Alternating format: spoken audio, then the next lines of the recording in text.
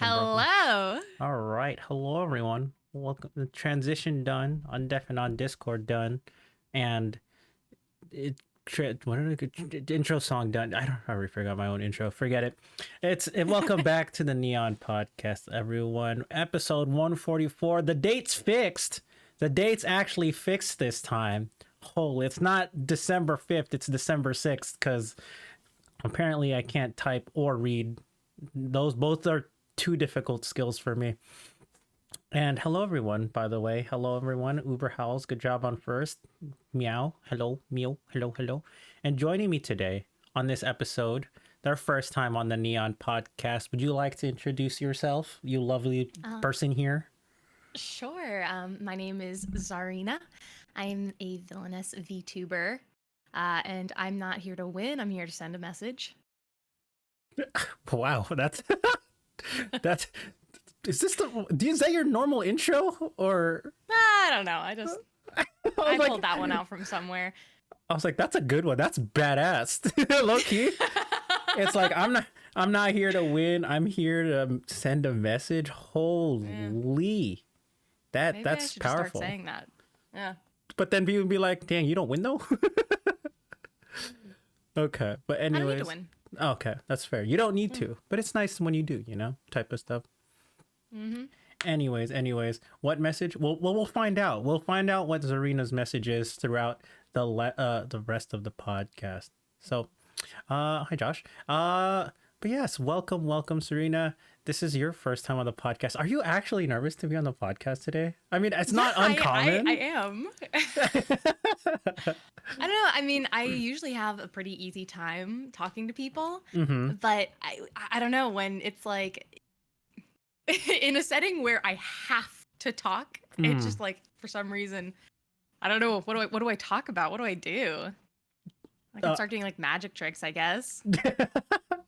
Is this your card? No. Well, shit. That's the message sent. I didn't All win. Right, podcast over. I know. And yeah, and like just to reiterate, especially for first time guests, we're like, oh, I'm nervous. I'm over here just talk. And even if we don't talk too much, I'm just like, there's a reason why I brought you on. I know we can talk. There'll be talk shop, talk everything. Girl talk. I'm down. Shit talk. Damn. We got all the talk up in here. What other talk is there? I don't even know. Pillow talk? Shit. Huh? Nothing. But anyways, episode 144. We're into the mid 140s soon, or now, and we'll be into 150 very soon, everyone. That's so exciting for me anyways. But yeah, Xarina joining me on today. This is an episode that's been in the making for like 2 months. Or multiple weeks. So funny story, right? So this is how this episode came to be, and I'll just give context. Trina, you can always jump in. Yeah. I was like, okay, my birthday was in October, and I was like, what do I want to do for my birthday? I want to do a drinking stream, but I want people to show up and play games with, because it's just boring if I'm just drinking alone. I feel also a little sad for me, right? So, all right. What's a game I can get the most people in? It's not drinking alone if you're streaming, to be fair. Yeah, but, small streamer, by the way. No, just for my own good. It's not drinking alone if you're streaming. Gotcha. For my sanity's sake. For your sanity. Okay. Mm-hmm. And then I was like, okay, we gotta bring people in. What game do most people I know have? I'm like, Among Us, nah, that game's too slow because half the game is silent anyways. So I went, I guess we'll just default to League. ARAMs, everyone loves ARAMs, I guess. So then I was like, all right, who do I invite that I vibe with at that time? And I was like, going down the list, I was like, this person, this group. Okay. Oh, Xarina was cool that one time we played. And I was like, I'm gonna invite Xarina. She seems nice. And thank you for the follow. Nice, cool, maybe, but nice is pushing it. Okay, she's a vibe. She's a vibe I can match. And I'm like, I feel like if I'm drinking and Xarina's there, I think it'd be a good time. But this is me with minimal interaction with Xarina at the time. I'm like, I've showed up in her chat like a good handful of times. VC maybe like again another handful. I'm like, we'll see how she responds. So then I reached out to her and she was like, oh, I'd be honored. I'm like, what? You'd be honored? No, I'd be honored. And One of us was honored. yes, yes, correct. So I was like, oh, cool. Serena came through. Even was like, oh, I'll drink with you. I'm like, no shot, no shot, no way. You don't have to. And then that's what happened. And Let's be honest. Like, if there is a reason or opportunity for me to drink, I will most likely do it. See, I'm not. I don't drink often. I'm a social drinker. Same. So as long as there's one other person, just like backing me up, so I don't seem like a desperate alcoholic, I'm good for it. Oh man, actually, I'm a social drinker as well, but I'm not like maybe one person, maybe like a whole group of people. But again, you're not alone. You have your whole chat with you, so that works out. Serena was a podcast. Why not have fun and drink? Oh no. Oh Lord. I would say not on a Wednesday, but my birthday was on a Wednesday, but that was an excuse. The Wednesday doesn't matter. The day of the week doesn't matter. Oh no. It's the how much you want me to be able to speak. Really? How many drinks unlocks like levels of amount of speech for you? So I mean, it used to be like I could handle, a lot. Like I could drink, and like I used to have a pretty high tolerance, but recently I'm on a new medication that I think like a beer now interacts like it's 3 beers. Ooh. So I gotta be careful. Dang, I don't. It is not fun. I mean, it's not fun depending how you look at it. If anything, that's just called being cost efficient. It's fun and economic. You're right. You could. It's like, I'm not lightweight. I'm economic. Yeah. But yeah, drink you. No, okay, we'll see about that. But yeah, I mean, and then I was like, Serena, since if we're already interacting like this to be invited to my birthday ARAM drinking, I'm like, you know what? You're a vibe. I want to invite you to my podcast. And she was like, I don't know. How did you actually react? I mean, I'm just associating how you typed in chat. I probably key smashed a couple of times. Was like, OMG, are you for real? Oh. Yeah, of course. Something like that. Yeah. And I'm over here, so it's like, I'm just finding excuses to find people I vibe with to get on podcasts, and we have a convo and a good time and stuff like that. So you know what's funny, right? So I didn't really dive into the VTuber community until like early this year in like February. And then I was just meeting people here and there, and then the first league tournament helped blow me up and exposure and meeting a bunch of people. And then I was like talking to some others. They're like, who else do you want to meet? I'm like, Serena seems really popular and seems also like my vibe. Popular? But okay, let me get there. I was like, everyone knows who Serena is, right? As far as like the people that I was introduced to already, right? I'm like, yeah, everyone knows Serena. I'm like, shit. And I have to go back in time and talk to high school me and tell her that there's somebody out there that thinks she's popular in the future. I need to invent a time machine. She'll flip. I sat at the Yu-Gi-Oh table. Hey, yo, same. So then, and then I remember you was like, oh, because you name was getting around, right, and meeting a bunch of people before I was in the VTuber community, and she was like, is there anyone you want to introduce to? I'm like, I was just like listing people. I'm like, your name was on that list, and I went, we'll see what happens. And then I'm like, and I invited you. I'm like, oh shit, vibe check passed. Invite to podcast. Go. Oh, let's go. But yes. Yeah, my vibes are either impeccable or abysmal, depending on who asks. But yes, hello, Ludo. Hello. Ludo. Yeah. Hello, everybody. By the way. Yeah. Hi. Thanks. Shout out to everyone coming in from Serena's community to come through. I appreciate y'all. Hi, guys. Supporting your girl, and hopefully soon to be your boy. It's your boy. It's your boy. Boop, boop, boop, boop. She can't run from us. Oh gosh. But anyways, I mean, yeah. So I was like, when we started vibing, and I'm like, yeah, podcast invite sent, and then you said you're like getting a little nervous. I was like, girl, nothing to be nervous about. Nothing to be. We gonna have a good time tonight. Let's celebrate, type of shit. So This is the thing. It's like it's everybody. I think I'm quite a loud, confident person, right? I can't say I've ever been like incredibly self-conscious, but for the most part, it's like a front. It's like a fake it till you make it type deal. Like if I just pretend that I'm, extroverted and cool and funny, then like maybe it'll just happen one day and I will actually be that. And guess what? It works. Well, there you go. Yeah. How long have you been fronting it, whether as a VTuber or just in life? Just I every day of my life since Holy shit! Holy shit!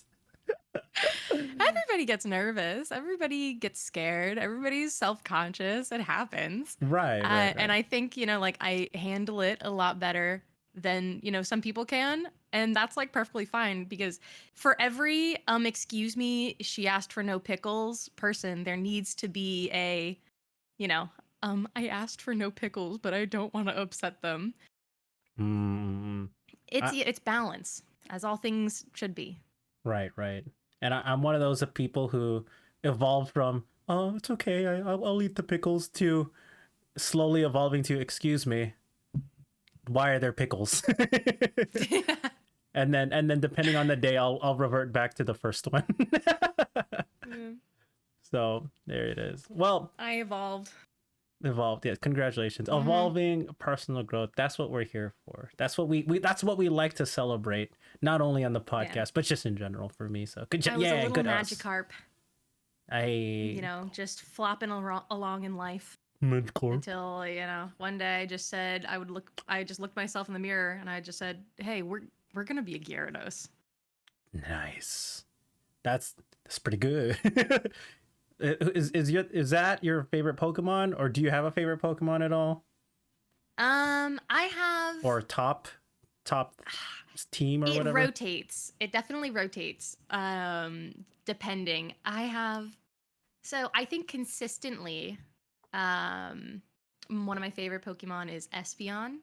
And then Indeedee. Is that one of the newer ones? It is newer. I think that was a Sword and Shield. Yeah. Okay, because I'm like, I'll be honest, I stopped learning Pokemon after like Gen 5. Gen 5 and after, I don't know. So I did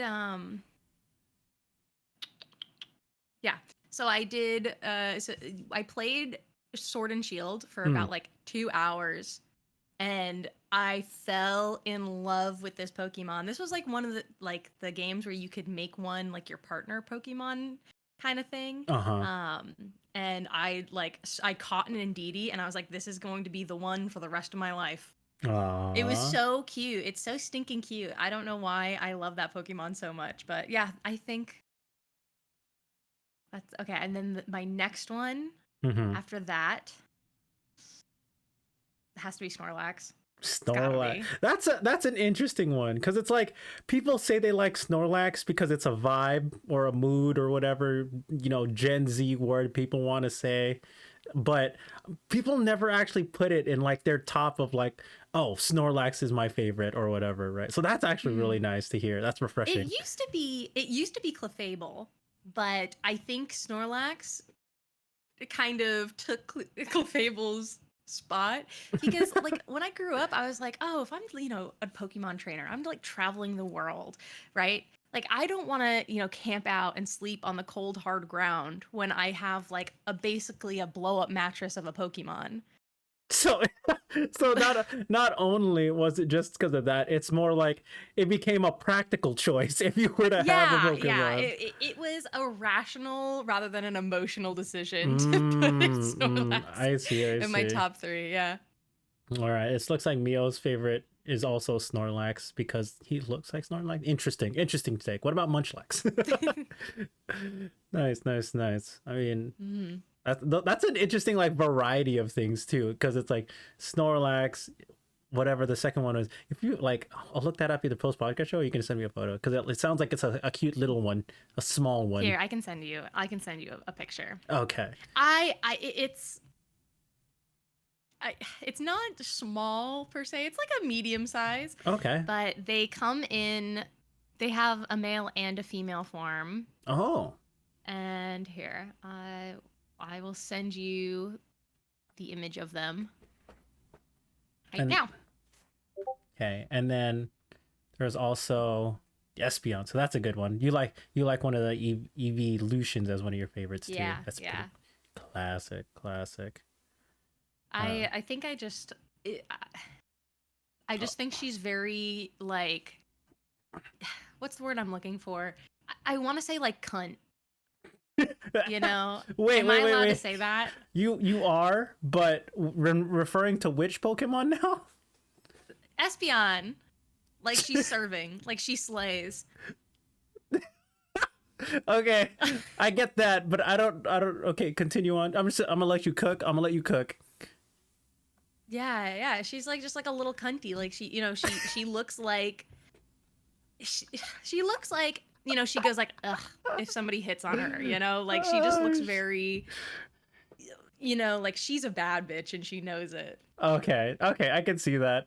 I feel like that's what people would say about Umbreon more than Espeon, but I can see what you mean. So yeah, well, no, Umbreon gives me like tomboy vibes. Okay, fair enough. Yeah, fair enough. Umbreon played softball in high school. Okay, chat. If you're in chat, do you have a favorite evolution or favorite Pokemon that hasn't already been mentioned? Let me know. Let us know. This discussion. Yeah, you can call our tip line. Call our tip line. Which Pokemon do you think looks cunty? Which Pokemon do you think serves cunt? Oh God, Psyduck. Nice, good choice. Okay, Psyduck, that's a good one. Yeah. One of mine was like regular, like, how do I say this? Very guy type of edgy type of Pokemon. Because my favorite evolution is Jolteon. My favorite Pokemon of all, Salamence. I just like dragons, and the color scheme is really nice. Makes sense. What else? Entei, giant fire, cloudy dog, volcano boy, Houndoom, devil dog, yeah. So classic. Entei used to be one of my favorites. I think when I was a kid, because of the that Pokemon movie with Entei, I saw that and I was like, I want, like a big dog that just like protects me all the time. Yeah, Big Daddy Entei in that movie, for real. It's funny that actually we brought that up. Freaking the ad on my YouTube feed, because you know how YouTube sometimes suggests movies to just like buy or rent out for like $2 or $3. Freaking that movie popped up on my recommended for some reason. It was like Pokemon movie 3. It's the one with Entei on the cover. I'm like, oh so man, good. so good. Yeah, I was a big, when I was like a kid, my mom didn't really let me watch a lot of TV. She was kind of like, I love her. But she's like kind of an almond mom, like a kind of a little bit of a crunchy mom. Like I told her I had depression and immediately she went, we should get you acupuncture. Okay. But she like basically would only allow me like a single show a day, maybe after like school or something. So I would go over to my friend's house and my friend hated me for this. All I'd want to do was watch the Pokemon movies that she had. Oh. Because my mom wouldn't let me buy them. She wouldn't rent them for me. So the only time I could watch them was at my friend's house. My friend would invite me over to play. And here's like 6-year-old me just sitting in front of the TV like, we'll play later. I need to watch this. And an hour and a half later, you're like, that movie was so good. That was the best movie of my life. Let's watch it 8 more times. Oh my God. That's a good story. That's a good story though. Oh man. Oh, I like that. Because it's just like, no TV. Hey, can I go over your house? We'll hang out, I swear. Yeah. Oh, Mom. Me and her, we're going to play outside. We're going to like run around, barefoot and play tag. And it's going to be a lot of fun, cool exercise, and our brains are going to develop so much. And no, I just rotted away. I mean, That was the it start of my developed. nerd arc. It developed into something else. There you go, nerd arc. Yeah.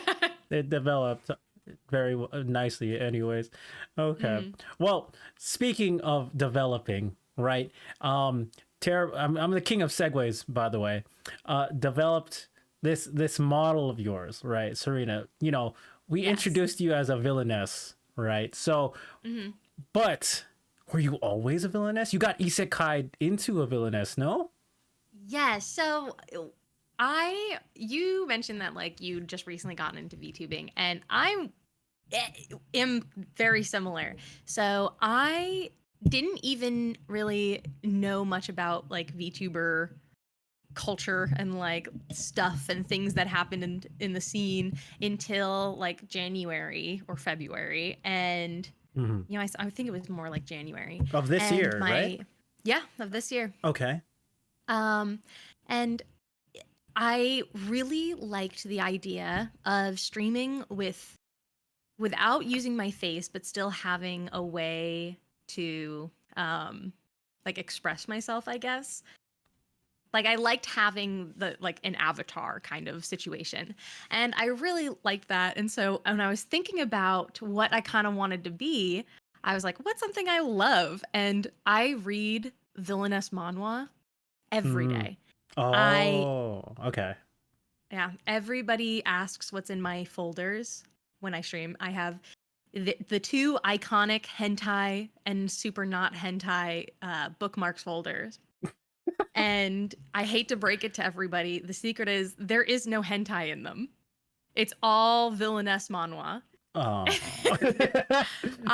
It's a very specific, it is a specific brand genre of manhwa where there's, like a random girl, in modern day, like Korea, just gets hit by truckun and sent into the most recent book, game, manhwa, like TV show they've watched, but they're sent in as the villainess and they need to change the story to survive Hmm. kind of situation.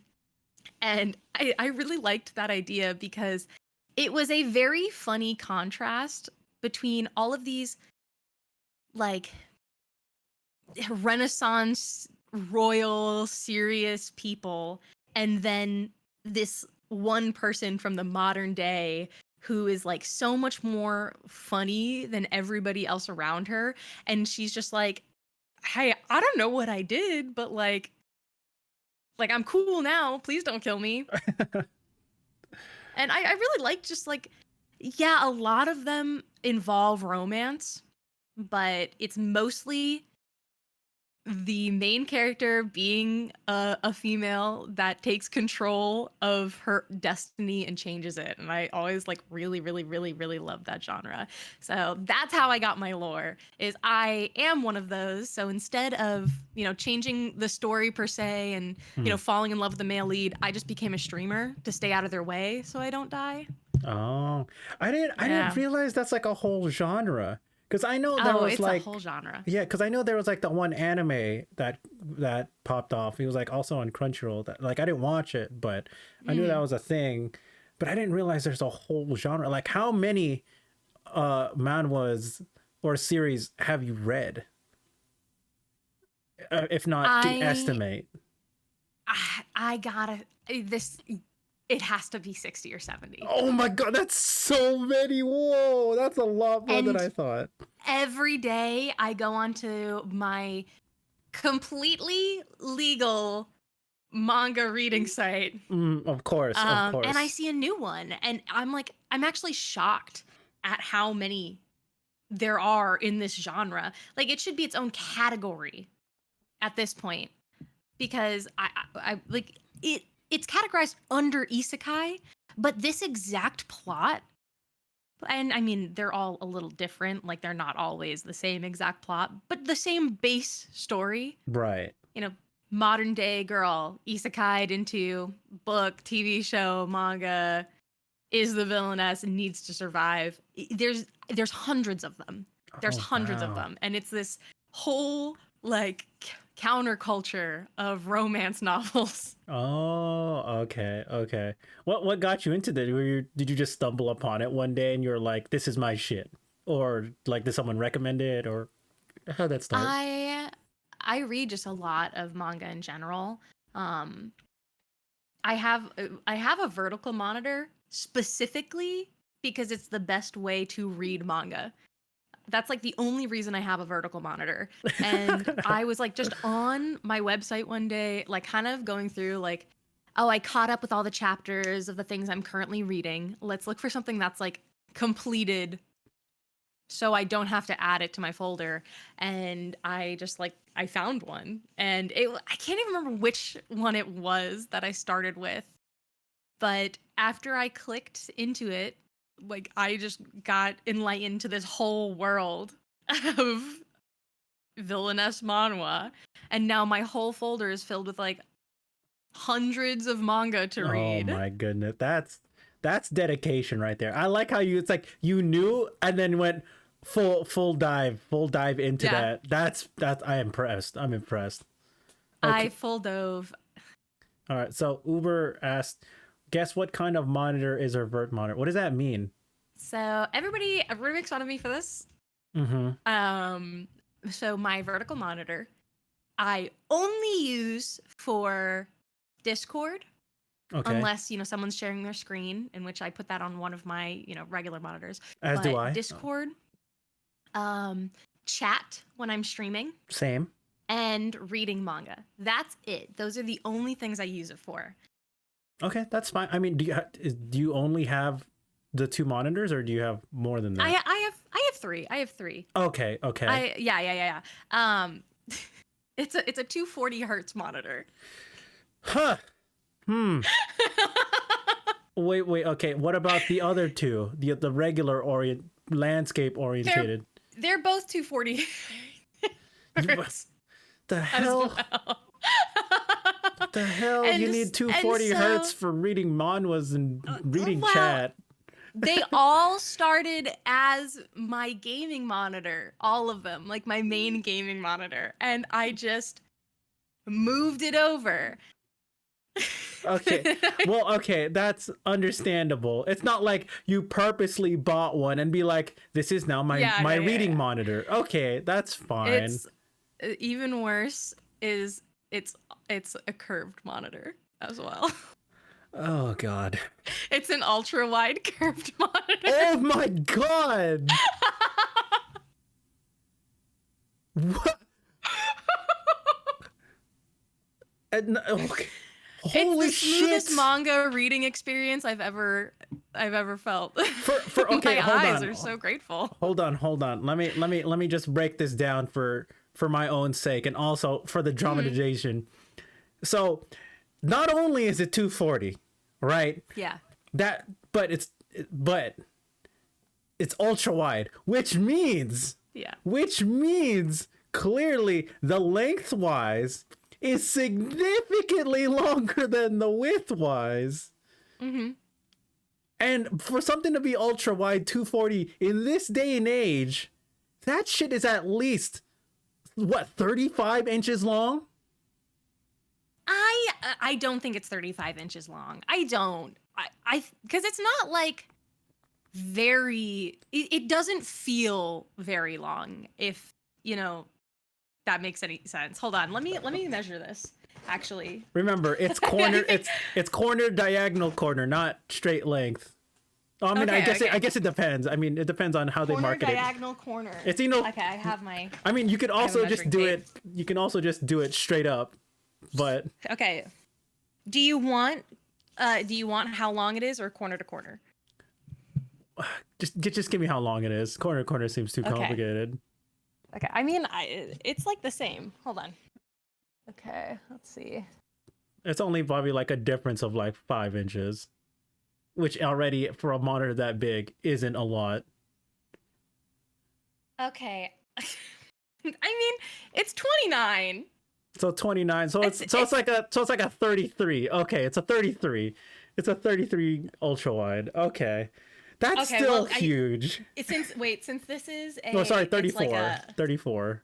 yeah, I was gonna say, since this is like also a, it's not like one of those like stiff ones. It's like a fabric measuring tape, so it could be either less or more because I don't know how accurate this thing I mean, is. ultra wide's usually standard. 44 is usually the smaller end of the curved.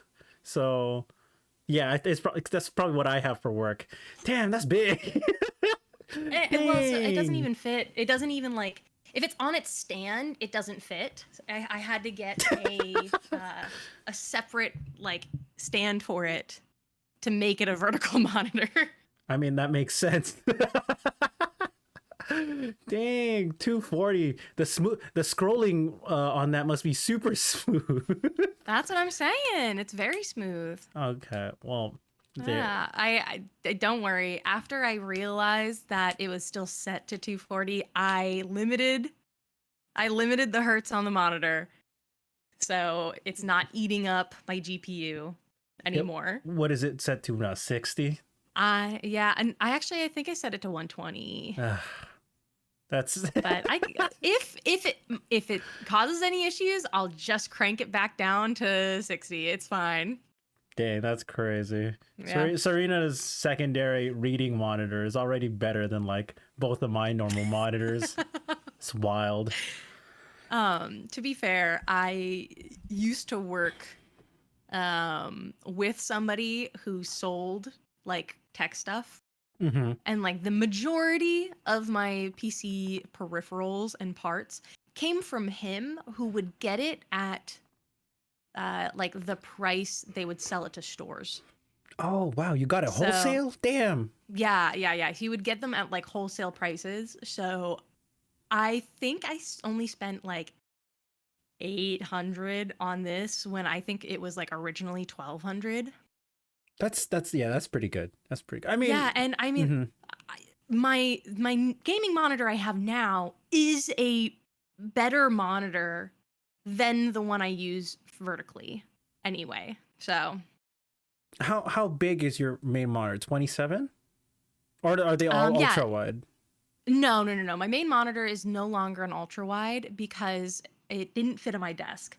So I wanted 3 monitors, Mm-hmm. but with my ultra wide curved, not all of them fit on my desk, and I didn't want to get a new desk. So, Understandable. yeah. Okay.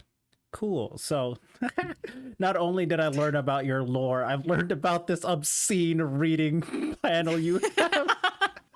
Oh my god. Yeah. Thank you for I that mean, caveat, by the way, Uber. yeah, if I like, what am I gonna do? Get rid of it? Like, I might as well use it for something, That's true. Better to use it right? and or than just like resell it or have it sit there for sure. So, Yeah, I was thinking about reselling it for something like maybe cheaper. You know, if I ever like needed the money, I might just like, you know, or right. one of my friends wanted it, I might like be down to trade it because it is unnecessarily good for what it's being used for. It's okay. It's okay. At least that it's more of a flex more than anything else right now, and you're fine. Honestly, it's mostly embarrassing. I don't consider it a flex. Okay. Maybe send me a photo of what your desk looked like, because I'm just like, how big is a 34 vertical ultra wide looks like? Here. I think I actually have a picture of my setup right now. Hold on. Okay, sounds good. But while It's very funny. okay, and then we'll pull it up in the post podcast show later too, so you Mhm. all can also be in awe, shock and awe of Shock Serena's and and awe. mm-hmm. Yeah, no, I mean I'm very proud of my setup. She's taken a while to get to where she's at. So, Yeah, I can imagine, especially with like your recent move, right? There's like that many more pieces to be able to get set up and adjusted to your liking yeah. again.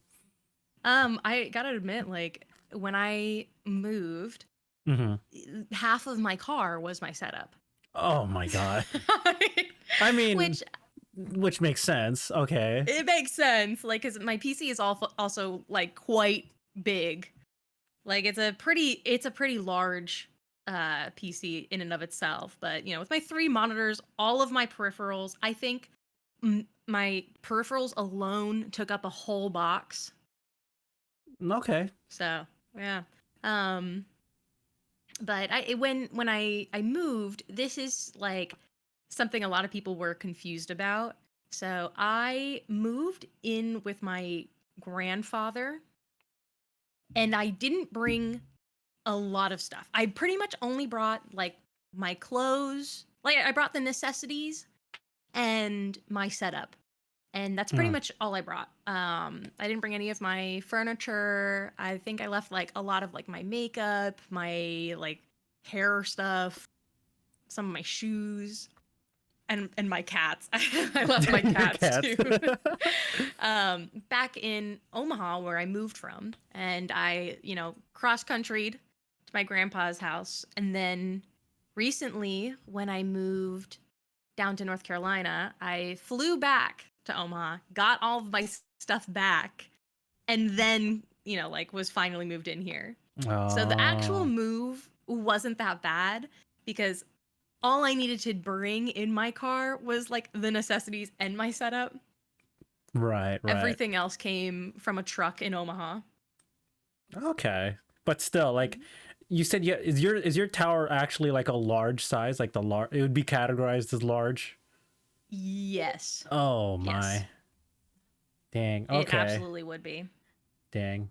Must Okay, I think you have a picture. You should have a picture of my setup in your DMs now. I I had to send it from my phone, so I see it. I see it. okay. Damn. I don't know if it feels out of place or not because the wallpaper you have is good on it.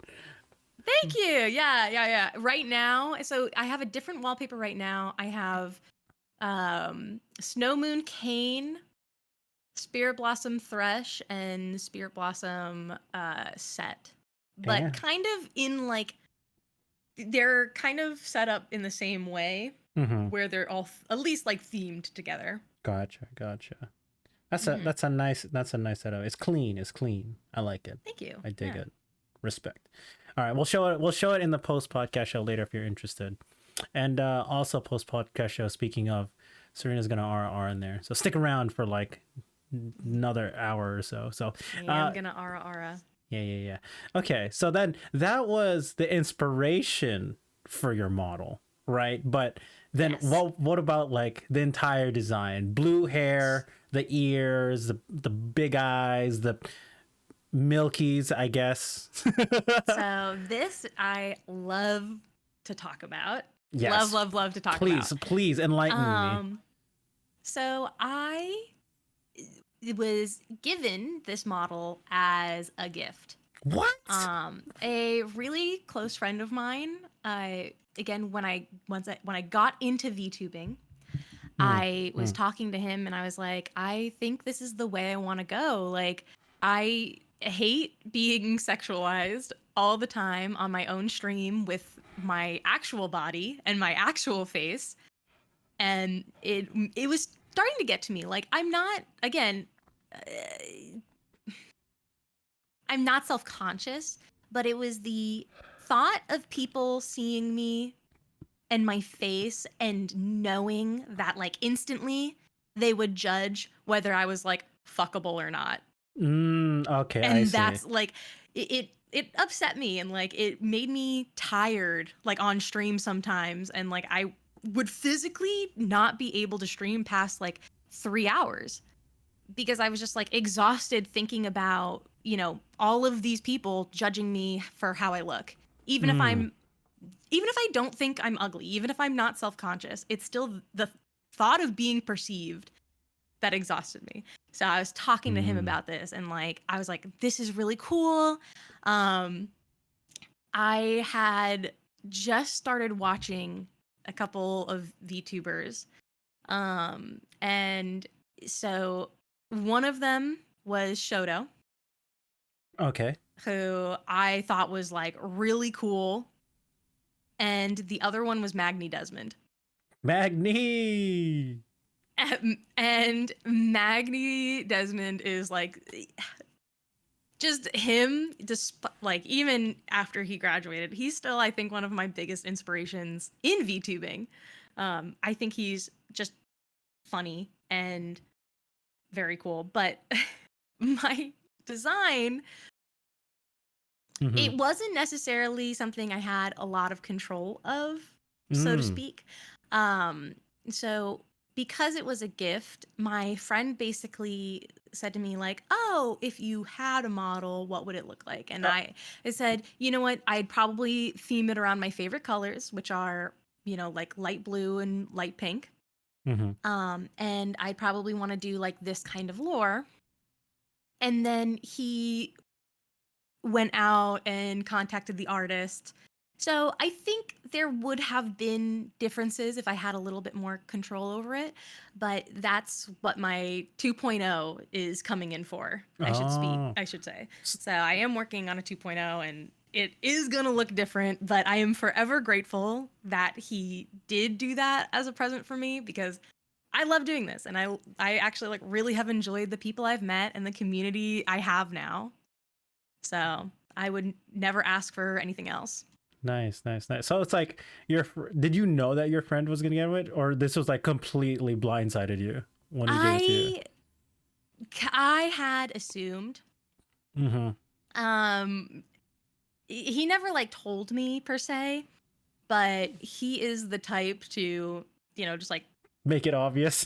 Yeah, like not make it obvious. After he kind of asked me like what I would want, like, you know, and I hadn't really thought even about it, about what I'd want her to look like.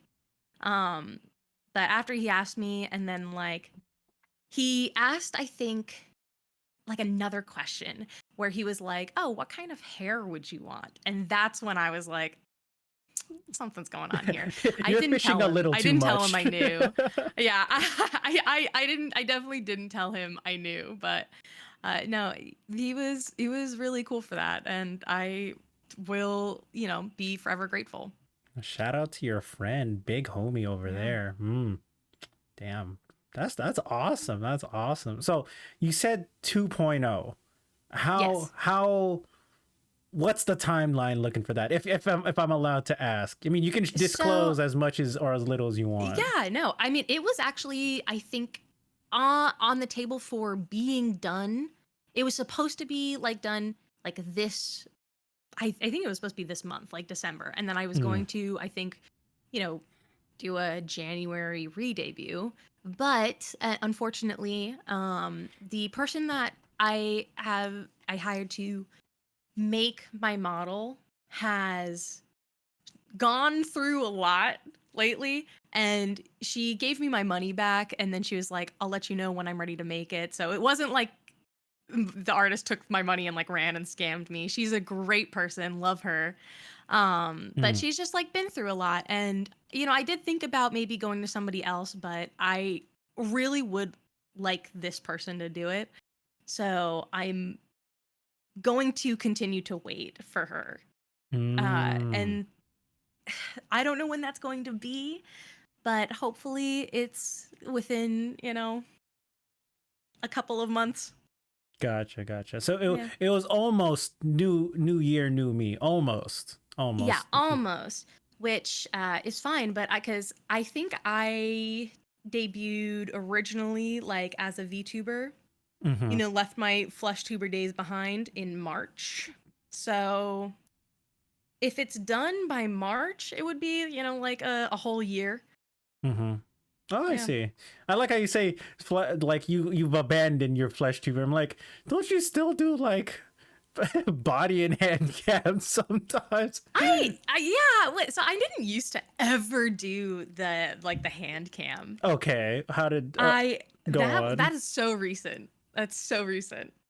I one day I think I wanted to like eat dinner, right? But I didn't want to like necessarily eat on stream, and I didn't want to be late for stream.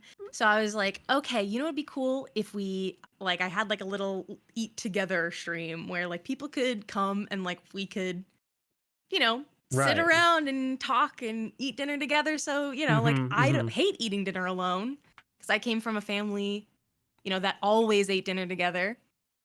And Mm. I shared my, you know, hand cam and I had my food in front of me and we ate like that. Uh and I really liked it. It was a lot of fun. Um I kept the hand cam on like for the rest of the stream. Uh but I think it also it reminds me a little bit that I am a real person and like I'm not just like a VTuber. Right, So right, right, yeah, right. yeah, That's yeah. cool. When was like that first time that you were like, all right, I'm gonna share my meal with you with the hand cam on? When was that? Like, so you said you I think debuted in it like must have been like March. 3 weeks. It must have been like I say 3 weeks. It was before Thanksgiving. It was like a week or two before Thanksgiving. Oh, so Um, really recent. yeah, Okay. yeah, yeah, yeah, yeah, yeah. Very, very Oh. recent. Um, I yeah no, and I really enjoyed it. I thought it was super cool, and like I really liked when people would come in and be like, "Oh, I'm eating, you know, this, and this for dinner." Um, Hmm. and Hmm. I don't know. I thought it was nice.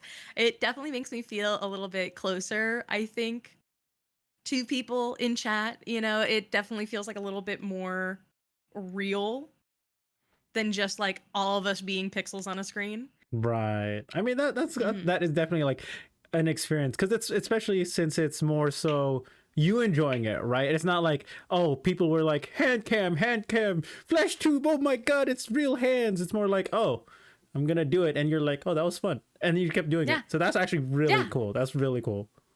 Actually, everybody was like, "What the fuck? Why do you have a hand cam? Like who are you?" Why is there I flesh on my like. screen? Ew. Get this off my screen. Ew. Disgusting. I I I only got like well 2D because girls. because I went from eating to I was playing Apex with Yua and Loyally after, Hmm. and I was like, oh, I kind of like it. I'm gonna keep the hand cam on while I play, and it was just like, and everybody was like making fun of me and like giving me shit because they were like, oh, here's the hand cam streamer. Oh. Yeah, no one was cheering for the flesh. That's so But you know, funny. I don't care because it's my stream. I do what I Of want. course, of I course. like I don't think people are going to stop watching me because I showed hands, and if they do, I don't want that kind of viewer anyway. Fair. Yeah. Yeah, like I if somebody watches me and doesn't like something I do, then they could go watch somebody else. Like that's fine. There's a lot of people out there. If you stick There's a around, lot of let's go. There's a streamers. lot. So then, Yeah, there's a lot okay, of streamers you can watch too. Like just it's fine. right, right. So then, the classic podcast question. Let me ask you this. So you said you like debuted as a VTuber in March. How long have you been Yes. streaming before you got Isekai'd into the villainess? If Uh if it- that's a question mm, for you to, I mean, you okay. don't. Different answers Oh, depending on it. So I started streaming. Hold on, what year is it? Um, I started streaming like 5 or 6 years ago. 5 or 6. Okay, same. Um, I streamed for like a year, took a year break. Then I was like, okay, I'm gonna try streaming again, and then took another like year, 2 year break, and then before I started VTubing, I streamed for a year before that as a like a flesh tuber. Got it. Um Got it. so I think in total like of like consistently streaming, I've only streamed like 3 years. So it's like pretty much on and off 6 every other year. So type of hi Yeah, Cootie. yeah, yeah, yeah. And hi Cootie, and it mostly it was mostly dependent on like my job at the time, kind of. Oh, I see. I see. Yeah, yeah, yeah. So I get overwhelmed very easily by like like when I'm like busy. So when I like moved out of my parents' house the first time, I've worked a lot of jobs since then. And when I would take off, it was always the like service industry jobs that I Oh, couldn't, yeah, where I'd like be on my feet for like 10 hours a day some days. damn. Okay. That made me like just be like, fuck, I don't want to stream tonight. I don't want to talk to people. I Right, hate people. right, right. Like, I'm already interacting with so many people and I'm physically yeah. tired. Why do I don't want to turn on camera and like just bitch. Yeah. I was always in such a bad mood too because like I would be, you know, like I'd be overstimulated and, you know, I would have had to deal with some nasty Karen that's, Right. you know, mad at me for existing for some fucking reason. You know, and then I come online and I have to deal with, you know, chat telling me I'm bad at video games. Oh my gosh. It's okay. It's okay. It's understandable, especially if you're working like customer service. Like if you've never worked customer service at all, people, you need to understand being someone who works customer service takes a lot out of you. It's Oh rough. yeah. I mean, both working as like a volunteer server, a cashier slash person for like a concession stand, and like customer service for retail. Oh hell. Oh, door to door shit. Oh hell no. Never Oh yeah. again. Never again for me.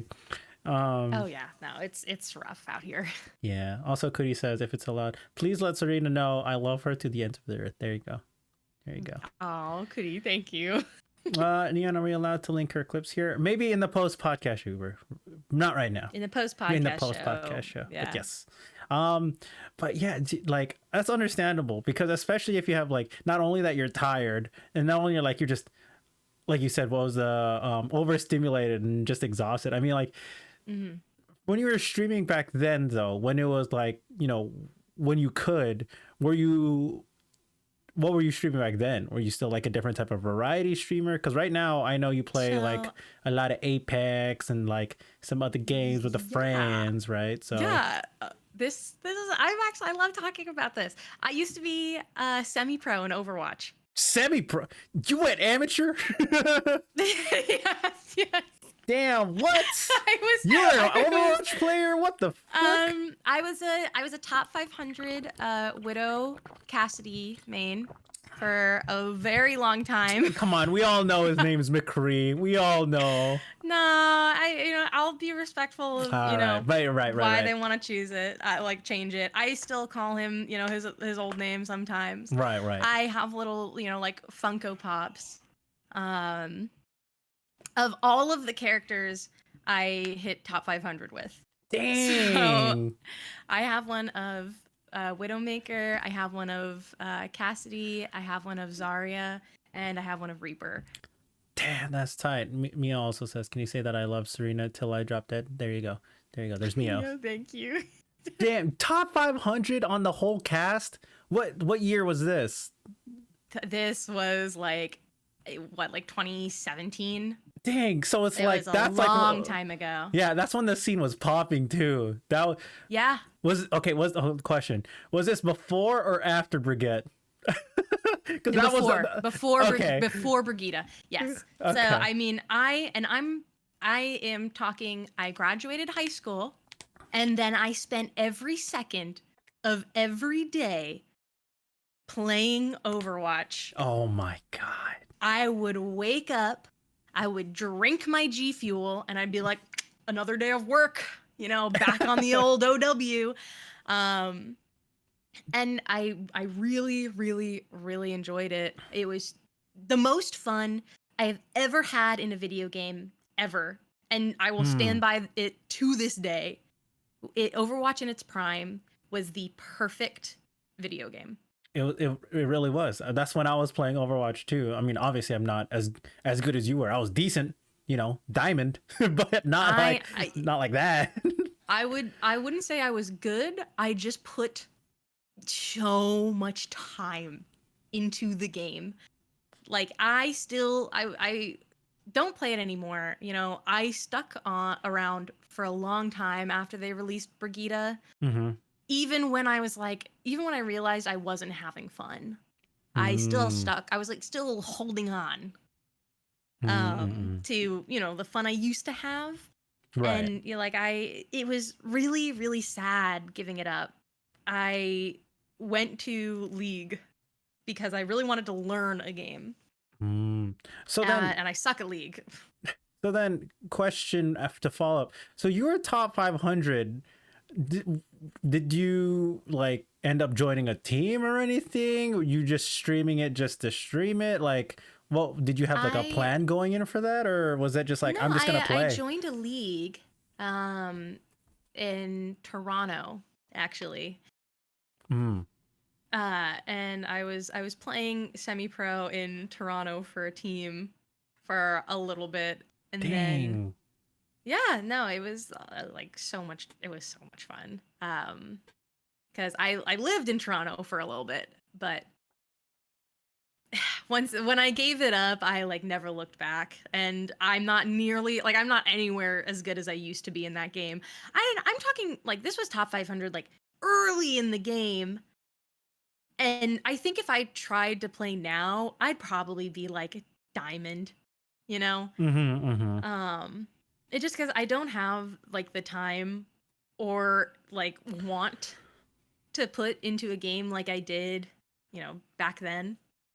Yeah, which is Yeah. understandable. Especially it's like if you have just like other priorities like going on, right? Because Yeah. that's just like especially for gaming, right? Because there's always, I wouldn't say always, but like there's usually something to either learn or just practice, whether it's like new people, solo queuing, or in a team environment. There's just so many different factors for gaming, especially. So Yeah. that's how I felt when I was like trying to play with my friends as a team and just try to get super competitive, and then I burnt out. I don't know for you. Did you ever burn out after like before you just like moved on from Overwatch? Did you ever have that? Yeah, yeah. Well, after Brigida was released, Mm-hmm. I think the game was just ruined. It was never the same, and no matter how hard they tried to, fix it, Mm-hmm. like they couldn't. Like once they introduced more shields, it was over. It was impossible to balance. Mm-hmm. And even if you did, quote unquote, balance it, it wasn't fun anymore. And that's when I was like, I got burnt out of it because I wasn't having fun. I was playing it out Uh, of this sense of like duty right, where right, right, right. I put it was the sunken cost fallacy. I was like, I've put so much time into this that like if I give it up, all that time would be wasted. Mm-hmm. But it wasn't. It wasn't wasted at all. It was still the most fun I've ever had. And like I got so many friends from that game. And like I met my first boyfriend through Overwatch. Oh, And oh yeah. I yeah, no, I loved the shit out of him. It was kind of like one of those like like right person, but we were both like really too young. Um, Mm-hmm. like I don't think like we were going on separate paths anyway. But no, he was a great guy, and I met him through Overwatch, and he was my best friend, and I will always be grateful for that time I spent. Dang, that's a cute story. That's such a wholesome story though. Just over like your connection with Overwatch. That's such a good one. I like that a Yeah, lot. Oh and I mean, man. like I to this day, like I still get like excited when I see new like lore drops and like new cinematics and stuff. Like Oh I'm yeah. still very like excited about it.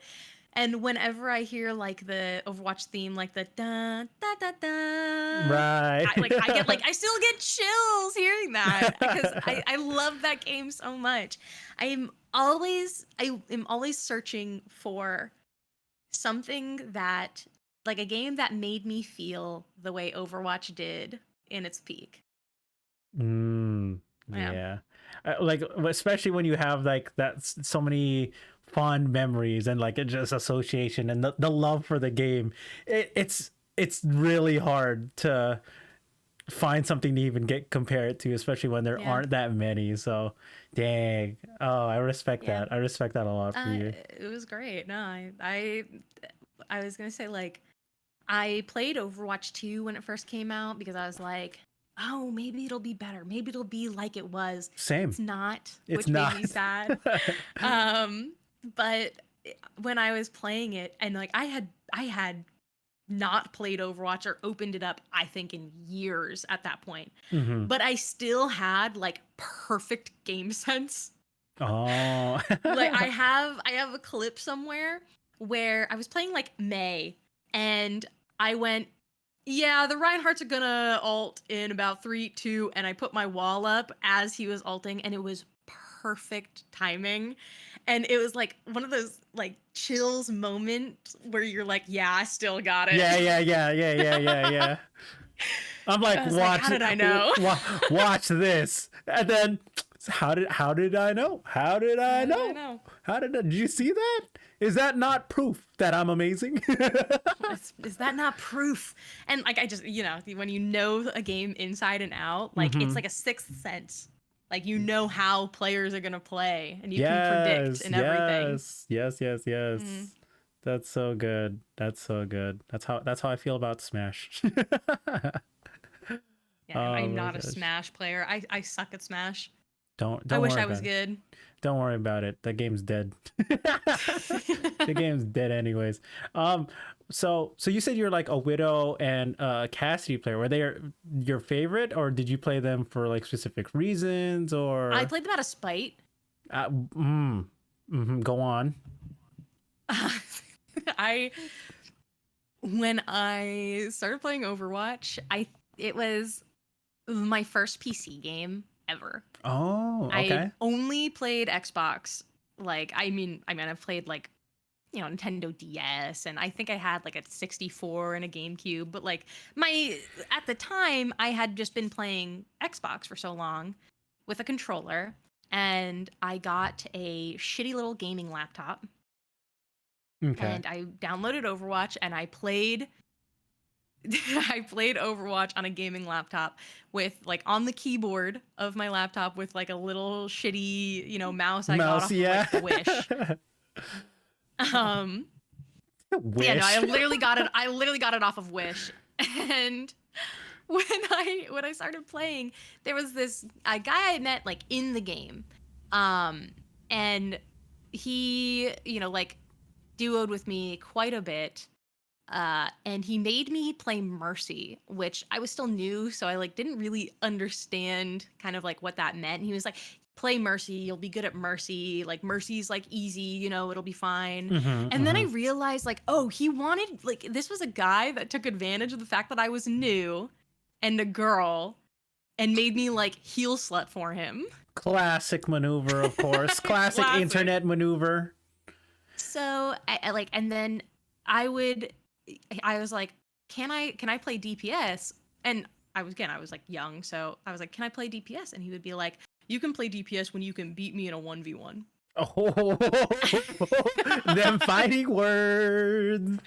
So whenever he was online, I'd like I just pound out quick play, and I'd play like DPS characters. So, like Widowmaker, Cassidy. I played Zarya because somebody told me it was good at like learning how to track. Mm-hmm. Uh and I would just practice and practice and practice and practice. And I didn't say anything. I didn't say a single thing. And one day I was like, okay, you know what? Like, let's try 1v1ing. And and he's like, yeah, sure. Like, let's do like a Widow 1v1. And we joined like one of those custom games. Right. And I beat the ever living fuck out of him. I was like aim training before aim training was a thing. And I played dumb, and I was like, oh my god, like I'm actually really good at this character. This is crazy. Like, wow. Oh my god. And this was even before like like I put like my profile on private and everything so he couldn't see You're literally that I'd hustling like this guy, practiced dude. her. You're literally hustling this dude. I put And in so many hours, but he doesn't know. I can't let him know. yeah. I like, I played dumb, and I was like, wow, this is like so much fun. I really like her. Like I should play her more. And then he's like, Oh, well, Widow's like pretty easy. So I think we swapped over. He only beat me, I think, in like one, and I don't even remember which character it was. I think it was like Symmetra or some shit. Back when, yeah, back when, and Hmm. it was like the best feeling in the world. It was the best feeling in the world, and he never duoed with me again.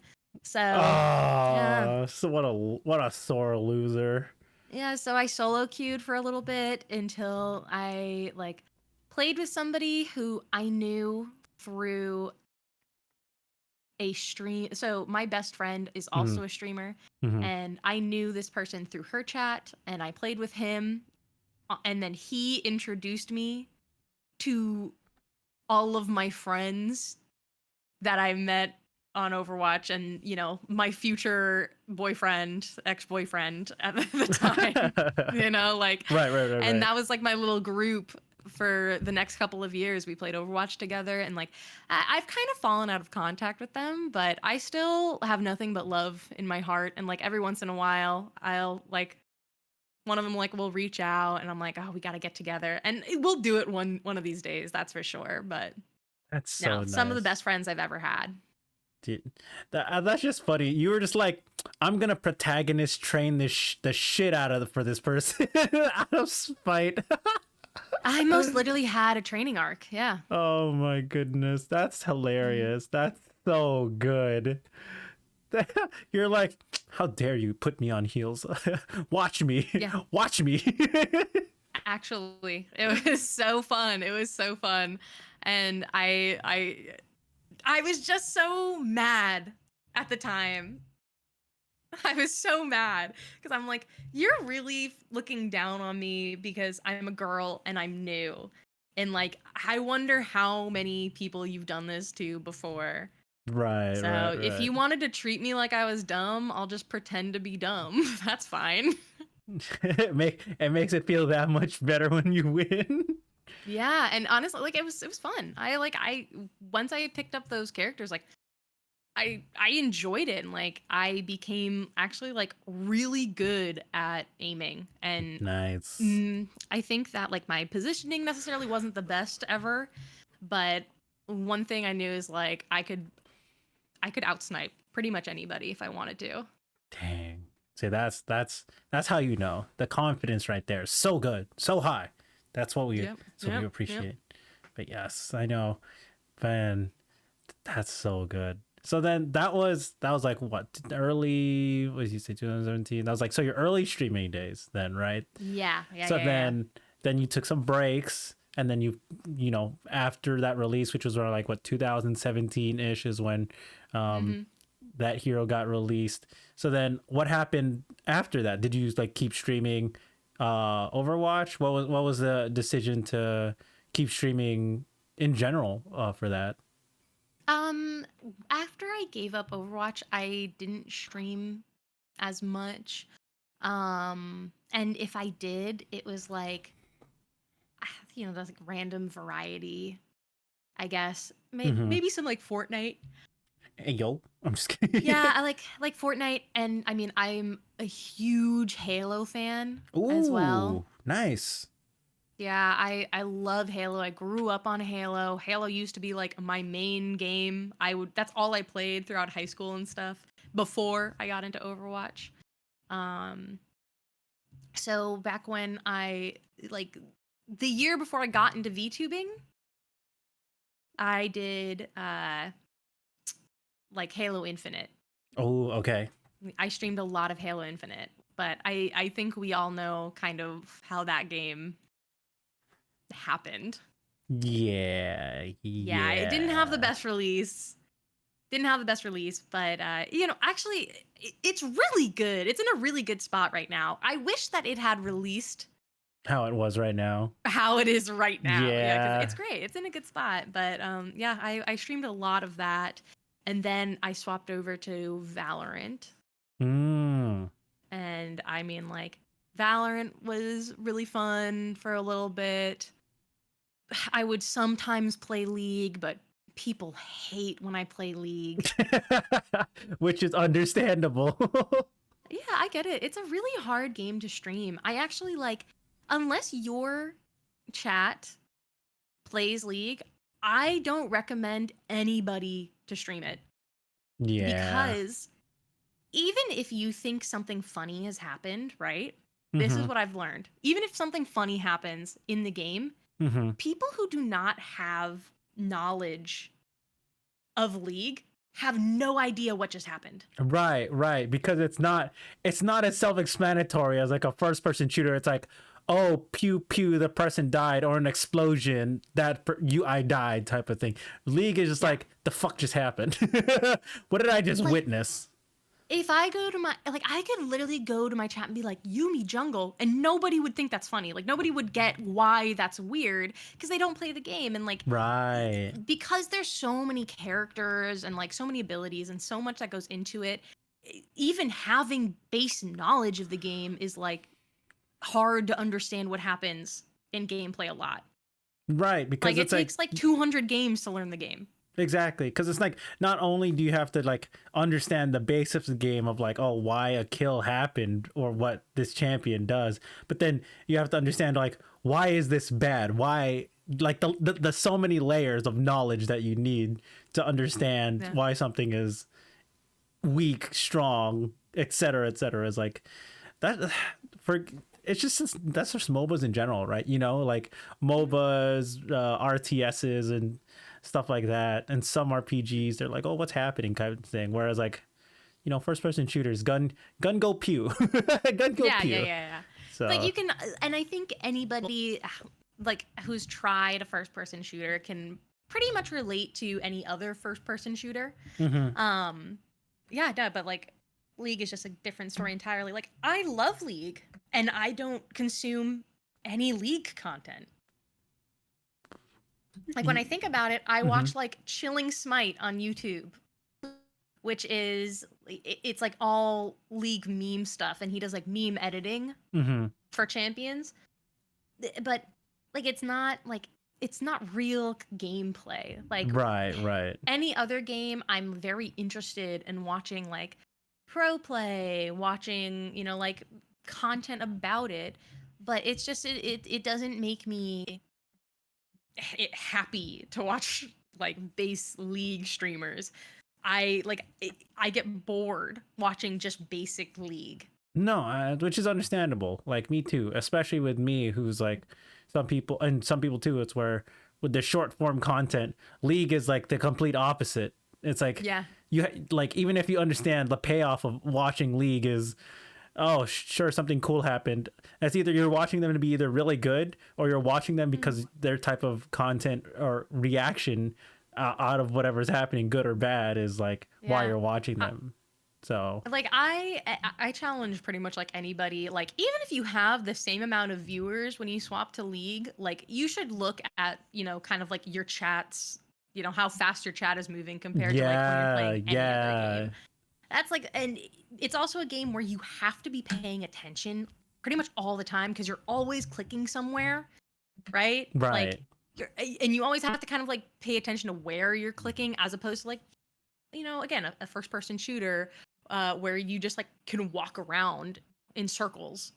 But if you're walking around in circles in League of Legends, like, you're wasting time. Yeah, yeah, yeah, yeah. And that's why it's Yeah. like that's why it's interesting for like game content because like I said, unless you're really good or you don't care as much. Like for me, like I stream for myself, right? Like I wouldn't say I care as much about what the chat or viewers think because I stream for me, and League just happens to be like, oh, maybe I just want to watch the VOD later for myself, rather or not someone else is watching me. But um, you know, for you, right? To Mhm. outside of League to expand upon this, why do you stream basically? Because regardless of whether you're streaming League or not, right? Because Mio in chat is like, man, I watch Twitch for the creator, not the content. I mean, depending what you label as content, right? um why do you stream? What got you into streaming in the first place? Um, it, it started as like, oh, my best friend streams. Like, oh, I want to try it too. Like, she says she has a lot of fun. doing it. And at first I didn't really get it and I didn't take it seriously, and like I was such a bad streamer when I first started. Cause like, yeah, I talked to chat, but I hadn't really come into my personality yet. Cause I mean I was still like pretty young. I was like a little bit fresh out of like high school, you know, Mm-hmm. and I hadn't really come into like who I am today yet. Thank you for the I hadn't posture started and the lying to hydrate. myself in the mirror. That's the important bit. But when I came back and I started streaming regularly and I really started enjoying it, it was because I like that people like to hang out with me. Mm. Because I can talk forever. I can talk to myself, and like even if nobody is watching me, like I can still just kind of like chat away and like laugh at a game and like have fun by myself. But when I sit here and I'm playing my silly little games and people, like show up and show support, Mm-hmm. it's like one of the greatest feelings in the world. I Uh, I mm-hmm. I love it. Like because again, like I wasn't popular in high school, and like I didn't have a lot of friends, and not to say that like each and every one of my viewers is my best friend ever, but it feels like I'm sitting here hanging out with people, and these people aren't being forced to hang out with me, like it's Right. not like we're in like a group setting where like we're two strangers that happen to know like one person, and like I don't actually really like you and you don't actually really like me. It's like it makes me happy that these people like me for me, and I can sit here and talk to these people and know that like I'm not gonna make them uncomfortable, and like they're not mad Right. at me. Well, yeah, it's honestly like a great feeling to have, especially when people just show up. I'm like, oh hey, you're here. Oh hey, Yeah, that's multiple people are nice. here. Hey, what's up? I love that feeling. I really It's do. so great. Yeah. I wish so like I Mm-hmm. wish I could be active in my friends' chats more. I'm such a lurker. Like I have like 18 tabs open at all times on Twitch when I'm, like not streaming. Right, right. Same. And I wish I could be active in all of my friends' chats, because I know how it feels to just like have somebody there and like talking to you. Mm-hmm. Um I just get I if I'm on my computer, I'm just like playing something or working on something, so I never have time to, but I I I definitely have found kind of my place in streaming, and I'm definitely comfortable with streaming. And That's so nice. yeah, I think that like my personality is very aligned with, I don't know, like talking to chat and like Mm. like my like I this is so goofy, but I actually do remember like each and every person that comes into my chat. Aw. Like even if somebody talked in my chat like 2 years ago, right? Dang. I'll remember them. I'll be like, "Oh, that name is familiar." Like sometimes I'll even like look up their name to see when the last time they were in chat, like after stream. But don't tell anybody I do that. Yeah, don't That's a tell anyone, secret. chat. Don't tell anyone. And because again, that makes me like very happy. And I know a lot of people are also lurkers. Like there's somebody out there that has not once spoken in my chat ever, and has just like watched me a shit ton of times.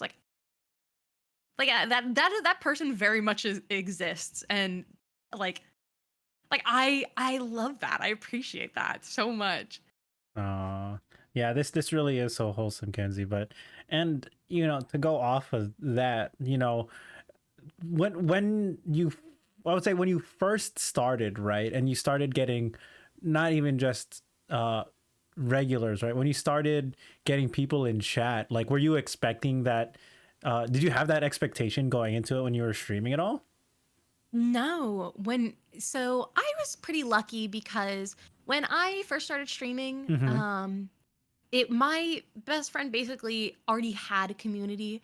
So I had like a handful of people that would, like watch me. Like, I was like a very small streamer and like even though I'm trying to find a way to put this. Yeah, take your time. It wasn't necessarily that I was like, oh, I'm so appreciative of everybody, each and every person that watches me. Oh, like I know why I like this so much. It was more of like even when I had averaged 3 viewers per stream, it still made me happy that like there were 3 people that wanted to be Yeah. there. And I didn't know kind of what that feeling was per se, but at the time, like I couldn't really put a word to it. So if I kind of saw where I'm at now a couple years ago, I think I very much would have, like stuck to it and put like a lot more effort into it originally because it makes like it's basically what I wake up for every day. I Oh. I don't have the best mental health. Mm-hmm. I asked if I could talk about this because I recently tweeted about it and I was like, oh my god, that's so cringe to talk about on Twitter. Um, but working and waking up and tasks and like chores are very very hard for me. Mm. Very I don't have any sort of like chemical motivator to make me, like finish things. So I don't get the same kind of like burst of happiness, like of relief when you finish a project that like, neurotypical people do. Okay. Yeah. So when I stream, it's kind of like the whole time my brain is like, this is good, this is happy, like you're happy, like Oh, I see. I see. I I don't see. need a chemical reward because it feels like such an instant physical reward for me. Mm. And yeah, this did change quick, but that's why it's a podcast. It changed. We change it up like that, and Hell yeah, yeah, yeah. yeah, Shifting for gears. shifting gears exactly. And then for that, anyways, I'm like, when did how do I word this? When did you realize that was how you would react, both like, physically slash chemically versus like, when you were streaming, and then you got that initial feeling from having viewers or people in chat? It's like, did you know this when you were growing up, or was this something you only really realized later on in life? It's definitely something I realized later in life. Mm-hmm. I mean, I didn't really have like an easy childhood per se. I we're not going to go into that at Right, right, all, right, right. No, but of course. I spent a lot of time trying to figure out what was wrong with me. Um like I knew something was, but I nobody had like an answer for me. Like I was a kid, I was so young. Nobody was going to swoop down and be like, "Here's what's wrong with you. Here's Right, what you need to right. do to fix it." And like, Um especially like in back, people sort of just, overlooked it a lot to begin with. It's like, oh, it's just yeah. kids being kids. They'll get a.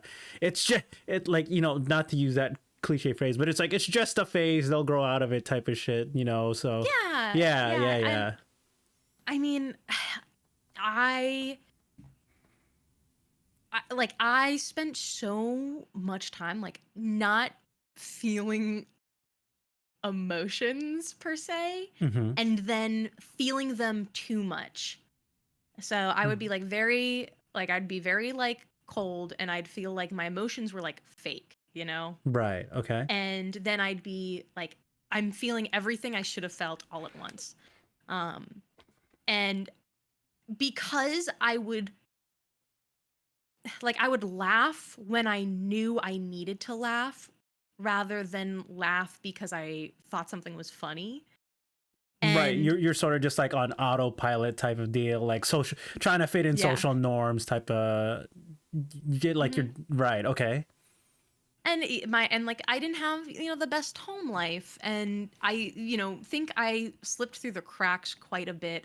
So I didn't figure out I had, you know, I didn't figure out I had what I have until after high school. Mm. When it was kind of like the damage has been done type situation. Mm-hmm. And once I understood what, like that, oh, I'm not a lazy piece of shit.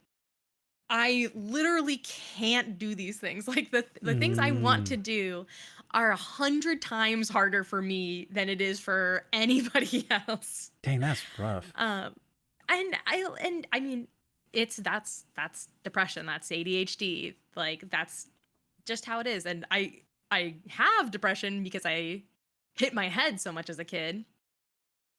And again, like when your family and like the people and the adults you're supposed to rely on are all busy dealing with their own shit, it's very easy, for like a kid to not get the help they need. Um, and I'm never gonna like go back and like point a finger at anybody and like, blame things in my life because I like who I am now. And I've worked very hard to be where I'm at. Um, like I said, like me being confident and being happy is Mm-hmm. because I took, my mental health into my own hands and basically like shook it around until, it fit. And I like now I have great coping mechanisms, and I like my emotions aren't too much for me to handle anymore. I have Mm. like that's like, especially in high school, you have like hormones and bouncing around, and you're angry Right. all the time and you Right. don't Right. know Right. Right. why.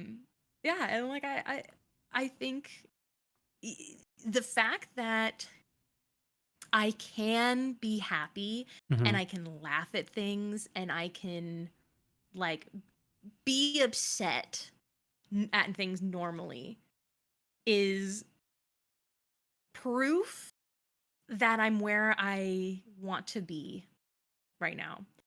Oh. Um yeah, and streaming is like one of those things where it when I sit down and I hit the start stream button, it Mm-hmm. makes me feel normal. Mm. Dang. And yeah, like it makes me feel like it reminds me that I'm a normal person and I can do things and I can have fun and I can have conversations and I can, like I can be upset when I lose a game and not, like fly off the handle, and I can be like happy without, like crying because you're so happy, and like I can laugh without like becoming manic. God, And like I love that feeling. I love feeling normal. that's so awesome. Like, it's stuff like this for me, right? That I don't know about people, right? Because for me, for someone who would say knows you at best on the surface level, just like interact with you, and for you to be able to, share this with me and the people in chat and podcasts, it's like I'm like I just feel super happy that you're able to tell me this, and I'm like, dude, that's super awesome. Like, that's super proud of you, Sarita. That's so cool. I definitely I used to be like very embarrassed Mm-hmm. about how I used to feel. Even I mean like I tweeted about my mental health a couple days ago, and Mm-hmm. even like I hit send tweet, and then 15 minutes later I was like, I got to delete that. Like that's It's too personal. I don't want like I don't want people to think I'm not okay because I am all right and I will be all right. And I don't want people to worry about me ever. But I need people to know that it's okay to not be okay. Right, And exactly. I will never hide kind of my struggle from someone in case that someone is also going through the same struggle. Right. So I then, oh, it sorry, go oh ahead. sorry. Well, I was going to say like it shouldn't be a secret. Like people have mental health issues and I think it's really rampant in like the gaming community. I think a Hmm. lot of people like have, very similar issues because, like minds like, similar things.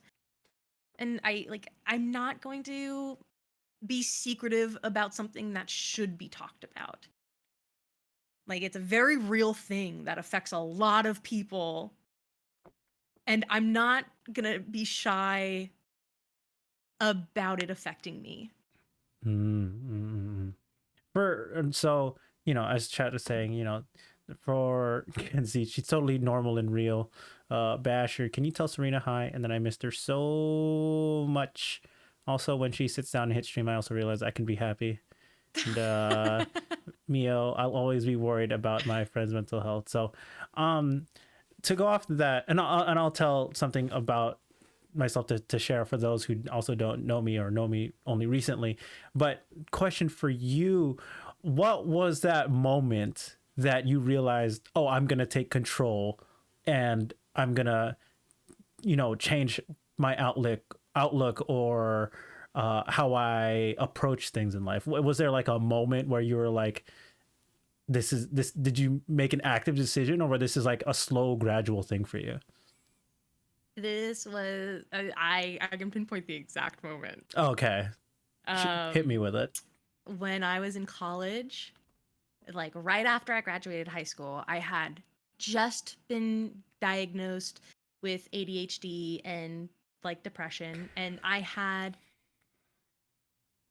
gone through kind of a scare with my mental health that like I knew I was like not good and I was in a public speaking course and my professor was awesome. This was a guy who like once every decade would watch the entirety of the Appalachian Trail, which is like from like Atlanta, Georgia to like Massachusetts.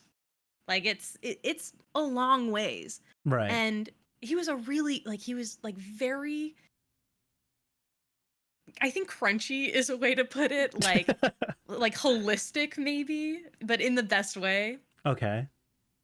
And he uh, encouraged all of us to sit down and write like a poem, a spoken word poem.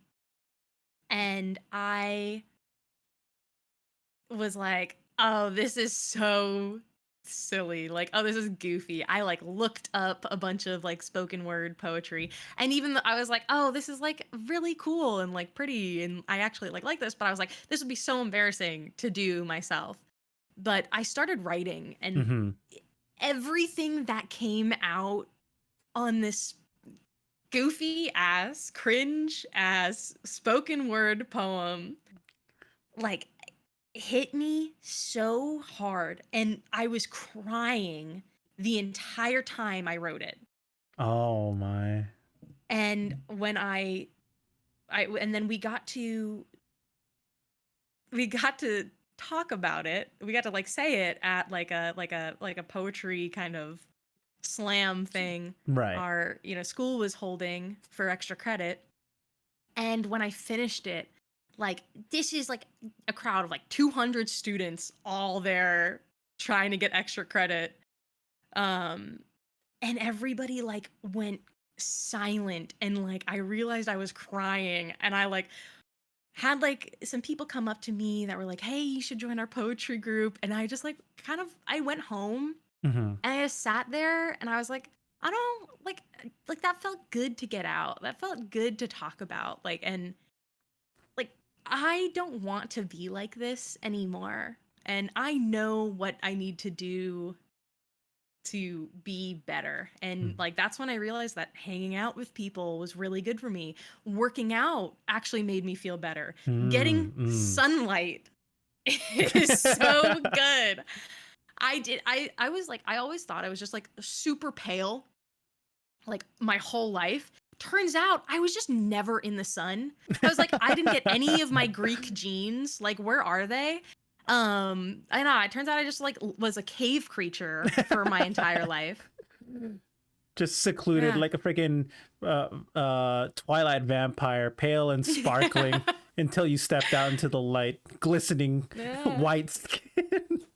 So like I mean, and now my friends literally call me a lizard person because like I'll my old roommates when they would come home they'd find me like laying on the floor Just like next to our sliding glass door like in in a this, pool of light like a cat. so you're Like, and just I'd you're sleep just like that. sunbathing. Yeah. I can Yeah. just imagine that be like, need more sun. Mhm. The sun has shifted. Must move. I would literally like if it's like a particularly sunny day, I will take a blanket or a towel or something and I'll just go lay outside for like 30 minutes. It's awesome. It That's makes me feel awesome. so happy. She doesn't go outside, so it makes sense. That's how she became a poet. Oh man, that's great. That's great. Like for you to, for that professor to help enable you, and you just realize it as you're going through it. You're like, this is dumb. Continues to keep going. This is still dumb. Okay, maybe it's not dumb. That's Really so. good poem, yeah. It's a wholesome story at the end of the day. So I like it. That's good. Good job, Serena. Good job. Thank you. Yeah. Dang. No, it was great. And like now you know, it's always like an uphill battle, I think, Mm-hmm. against mental illness. It never gets like easier per se. You only like become better equipped to handle things. Right. Yeah, no, it's great. Like, but like again, I have great coping mechanisms and I can recognize things as well. Um and I definitely like I don't push myself the way I used to. You know, like like Right. if Right. Right. something's overwhelming, I just take a step back. Right. Right. And yeah, that's okay. That's good. That's good. Yeah. And Mio said, ask Serena if she would like to go on a little picnic date, basking in the sun.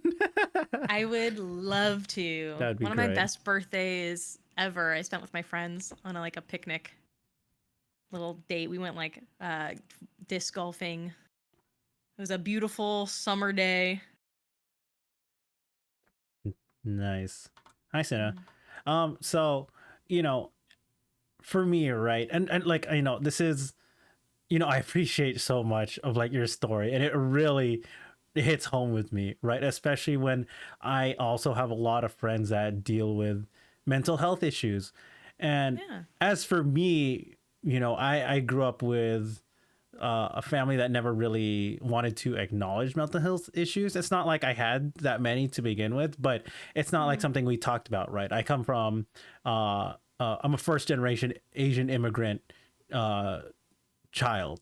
So my parents are immigrants from Asia, and obviously, if you have, I wouldn't say obviously, but the common common trait that a lot of Asian families have when they're immigrants and they're like very traditional is like you don't talk about mental health. So when hearing Mhm. people talk about it so openly, and especially in hearing their different stories, and regardless of how they dealt with it, whether they're still working on it, or they're in the middle of it, or like they've seen like success and change for the better, like yourself, right? I'm over here like I have to reflect. I take it all to myself as well and reflect it, right? Because just like you said, it's okay not to be okay, and it took for Yeah. me, personally speaking, a long time to be okay with that. with that statement, because it's always, everything always had to be okay, whether or not, and if it wasn't okay, act like it was okay. Yeah. And Yeah. and I'm just like, well, shit, bro. Well, fuck. But then, and I understand your story, and I personally, can only relate to so much of it, because there's so many different circumstances. But for me, in those moments, to be able to recognize and take a step forward for a positive change for yourself, I love hearing those stories. I really do, because I want to be there with you. I'm right there with you, because I've only recently, for me, where I'm just like, you know what, I'm gonna do this because I want to, not because anyone else said to, but because I'm going to. And it's like, obviously, this is me also healing like childhood trauma, shit like that, and whatever. Yeah. But like, we recognize that. But and we'll do bad accents after in the post podcast shows, and for that, it's just, I'm glad to be able to meet people who have not only gone through a struggle, but just this journey. Each personal journey is so fun to have. And like, I'm glad I brought you on and you shared this story with me, because it's like similar to what you said. Like, I'll lurk in your streams, and sure, you might have brought this up before on Twitter, but it's not like I'm able to really internalize this and really connect with it on a different level. And it's also like, it's not something I think that's appropriate necessarily for, like, I think it's a perfect topic for a podcast, right, and less of a good topic for like a stream, because that's somewhere people go to forget about like stuff usually. And I mean, like, I love podcasts, I listen to them all the time, but if I'm just playing like, if I'm playing Apex and like the tone is really light and like very cool, I'm not just going to just kind of go into things. Also, I'm probably not ever going to just like start this conversation by myself as well. Right. And because of that, right? Oh man, there's just like so many points I want to make. I want to make sure they connect in the right order. And similar to what you said earlier, not just to send that message out, if it's rather of the greater message, it's not okay, it's okay to be not okay, but also to let people know that they're not alone, right? Because and this is just a personal like story of mine that I also still, even to today, because it's happened more recently, blows my mind, is that I also share stories both on like my social media personally, whether it's like a Twitter post or a post on somewhere that I like, old Facebook posts where that used to be good, Instagram, not sometimes on Twitter. It's that when I just rant or just post on something that is an issue that seems like a personal problem, and I want to just post it out there for my own personal sake. I'm not necessarily looking out for that affirmation. I'm not looking for that necessary comfort. I just want to put it out there because I want to. And if someone resonates with it, then they resonate with it. But then when I end up doing that, I actually get I wouldn't say overwhelming, but a really large response of people like supporting, be like, oh, I'm glad you shared this. I'm like, can we talk about this, because I'm in the same boat.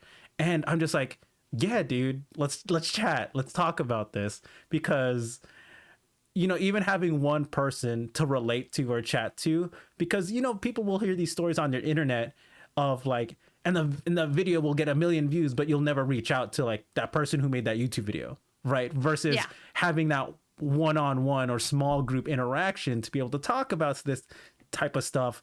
And I'm just like, I'm glad that even if for like, maybe even if it's one person, to be that resource and that reference, be like, oh dude, you're not alone. And I'm glad to continue to connect with people like this. And because there's always that surface level, like, oh yeah, we're homies, we're friends, like we hang out and we game online. But then when I'm able to understand people on that next level, I'm just like, hell yeah, you're awesome. You're even more awesome than I thought you were. And I already knew that, but I didn't know how awesome you were, because I don't know about people's journeys, you know? When I know, Yeah, it's that yeah, much yeah. better. So, It also like it lets people know like you're also like you're a real person, you know? exactly, Like exactly. you're not just you know, again, pixels and sound waves over the internet. Like you're a real person with like with real feelings.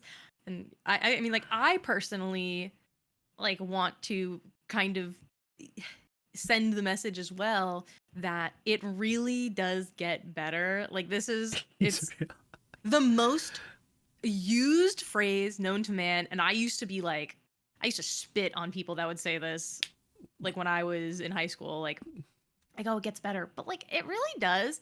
And you know it's not like it just gets like oh better and you're good. It gets Right. better and then it gets worse and then it gets better and then it gets worse. Like so I really like to kind of show people that like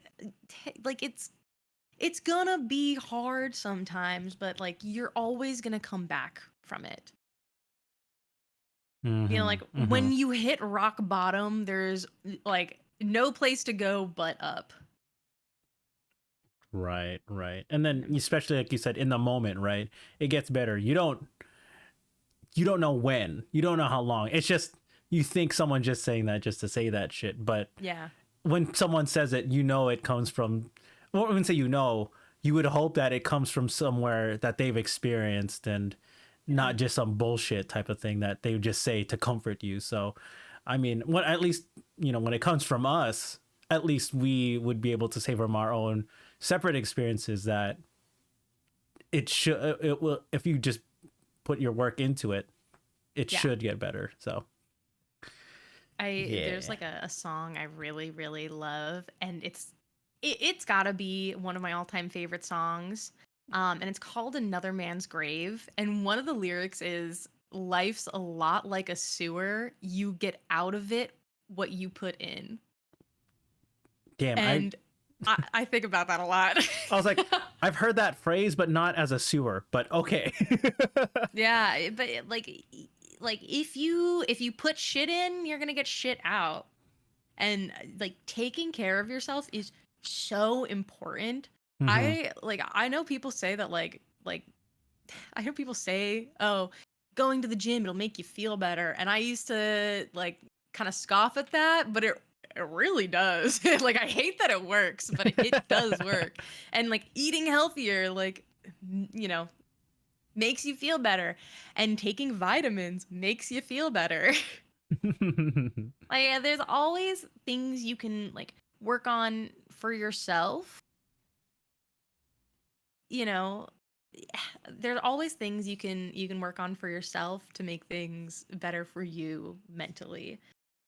Like this is it's going to be like kind of mean of me to say, but I feel this way about myself as well. Mm-hmm. Your mental illness is not an excuse for your behavior.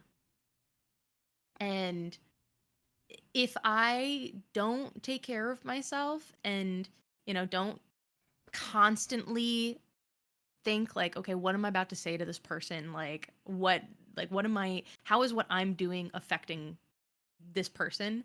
Then I'm bound to hurt people, and I can't use my depression as kind of an excuse for hurting people. And I think like it's hard to do that, but if you neglect mental health, it affects the people around you.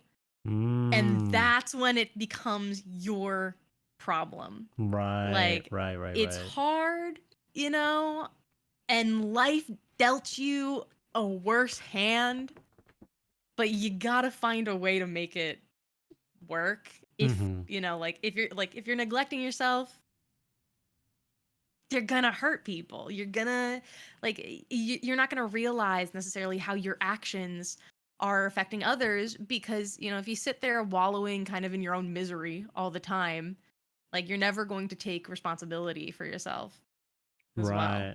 That was, Yeah. yeah, especially for me. I'm just like, I used to like wallow and just self-pity type of shit. Like, Yeah, me too. yeah, it's just like you're there laying in your bed or like just at home or something and be like, God, I wish this would better, and then not do anything. Yeah, Like like yeah. Trust me, like I say that out of like experience. yeah, I same. Yeah. That's why it's just like, man, I wish this would happen or I wish this would be better. And then Mhm. imagine like some fucking anime beginning side plot, like I'm gonna get isekai'd or like some magical Yeah, yeah, power is yeah. gonna be bestowed upon me. No, man, no. You got like, and Mhm. that's when I was like, all right, I'm gonna take Yeah. the initiative now. I'm gonna do what I need to do to get to where I want to be. Mhm. Um, and whether that's just a goal in general, mental health, but like anything that, this is just now personally speaking, I can't speak on behalf of you, but personally, for anyone who wants to see any kind of change or improvement, it's like we said, like you get what you put out, you get out of it what you put in. And Yeah. sometimes it might not return like the same value. Like surely sometimes you'll put in a lot of effort, time, and energy into something, and I'm like, still something, it'll still turn out as shit. But I mean, that's just life sometimes. Like, try it Mhm. again, see if the Try result it turns out again. the same. It's like, Yeah. don't let a single setback or a failure in the moment discourage you from continuing to try that same thing or try a new version of it, to continue to go on a path, because that's no journey is ever that smooth. Like, honestly, Mhm. sure, there'll be surprises, both good and bad, but it's a matter of how you want to take it and how you deal with it, whether it is good or bad. Because it's like, oh, it's bad, but did you learn from it though? It's Yeah. What good, I but did you make the most one out of of it my though? one of my favorite things like to say to people Mm-hmm. is they'll be like somebody will tell me that I'm funny, Mm-hmm. right? Or that I'm like or that I'm cool, right? And my instant thing that I say to everybody will be like, oh my god, you're so funny. And I'll be like, thanks, I was ugly in high school. Oh my And god. Oh my god. and it's funny because like when you go through like hardships and like you maybe you do get bullied, right? And like Sure. you didn't have it easy, so you like found ways to kind of make things easier. It like helps develop you as a person. Like you become a more interesting person through hardships. And I'm not saying that like hardships don't make you necessarily like better, but they definitely make you a more interesting person. Yeah. You have things to talk about. You have life experience, and like they could, make you better or they can make you worse. I hope they make you better. I but it's very true, and I like again, even though I feel like I have been through quite a bit, I don't think I would ever take it back because I like Right. who I am now. That's good. Yeah. Again, and I do get those those times like normalcy, like right now, like just talking to you. Like I feel I'm happy and I'm talking and I'm feeling motivated and awake and like normal. So I know it's possible this is like a real feeling I'm having and like yeah, I if 13-year-old me could see me now. There you go. There you go. And Yeah. that's well, I'm glad that, you know, I could be a part of like this moment and that you feel normal. Yeah, and that everybody, like everybody I've met, and everybody that like comes and plays with me, hangs out with me, like after stream, and like just talks in my chat, and like says hi to me. Like they are all like every single one of you is part of like my experience of being happy. It is. Like everybody is making it all comes together to create like a perfect little like bubble of normalcy for me. And I love everybody for that. Oh, I'm very well, appreciative. Well, I'm sure many of us would continue to say, well, we appreciate you too, because Thank because you. for being who you are, because you know, just as much as people will make you happy and make you feel normal in your own stream time and space, that Mhm. you also give back to us, in that same fashion. It's always a two-way street for the most part, for people. And if they're Yeah. not I some wish I could like start writing like thank you cards for people. Like send out little thank you cards for everybody in my community. uh maybe That's for great. like a big ass point redeem on your channel, I don't know. Yeah, yeah. or like a whatever, your subathon, I don't know. I saw you're God, my you're subathon. I have so many like subathon goals that I haven't done because I'm too depressed to do them. I'll get to them. I have to edit. I One of them was an ASMR B movie script reading, and I have it recorded, and I have to sit through the entire thing, like and edit it because I have parts where like I've had to restart because there was like a noise that shouldn't be in there, or like I like messed up what I said, and that's gonna take me so long, and I have a couple more I should do, but it takes a lot for me to like to put in. Right, yeah, right, right. like get those little tasks done. Right. Yeah. All right. Well, that said, we'll leave off. We're coming up on 2 hours. So, with that said, we'll wrap it up on this somewhat positive learning note, Yeah. and then we'll go into a short post podcast show, and we can talk maybe a little bit more of your unfinished sub goals, but or not, whatever, up to you. Yeah. We'll watch a few things. Maybe we'll listen to that song about the sewer. Uh, and I know we talked, and then this was talked about off stream before we started podcast.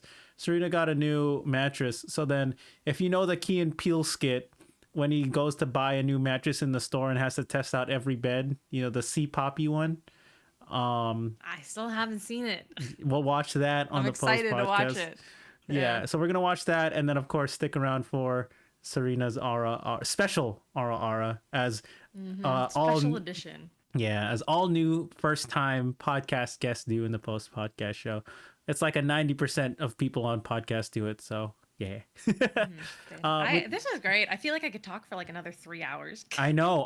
Well, you know what? All right, but and before I close this out, and I'll let you do a little bit more thing before I close it out too. Serena, as a lovely podcast guest and person as yourself, you now have the privilege and power to reinvite yourself to a future podcast Oh, episode. let's go. So you're like, hey, I'm kind of bored. I kind of want a podcast. I'll be like, cool. Let's If do a I podcast. if I don't have a guest already, or if I do have a guest, I'll be like, oh, cool. I'll have you on and co-guest, type of thing. So that's why when I like having VTubers and people telling their own stories, I like having them their first episode be one-on-one. Usually, I know some of them, their first episodes haven't been one-on-one, and I've had two because they requested to have two, so it's not as awkward if Mhm. they feel like. But I knew for this one, this was going to be a good one for with Serena on. So yeah, I mean, for you have that power. Just let me know a couple days in advance, and if you want to, Yeah. or bring someone on with you, you let me know. Usually on Wednesdays, usually at this time. All right, I got our clip ready. Okay, Uber. Before we close off the YouTube video recording, Serena, any lightning round questions, topics, things that you would like to do? Any shout outs, plugs, before Oh we head to the God. post podcast show? Well, I guess if we're doing plugs, I could follow me on Twitter. That's twitter.com// Xarina VT. And I'm pretty sure it's the same for TikTok too. I was active on there for a little bit. I took a break when I moved, and I'll be active on there again. So Okay. if you like silly, goofy little content, do that. Once I am settled into my new job, I'll have a full-time schedule, so I can't share that now. I just a shout out to Neon for inviting me and letting me, talk my shit Of course. and just, That's getting that out there. That's why we're here. Talk that Yeah, shit, girl. no, I really appreciate it. I think this is a really cool thing you do. And like when I said, like, I was very excited when you asked me to come on. Yeah. Oh, a question. Yes. What's your zodiac sign? Like the astrological or the Chinese? Yeah. You're astrological. I'm a Libra. All right, you're a Libra, and your favorite color? I wonder what it is. Can you guess? It's gotta be green, right? Oh, how'd you know?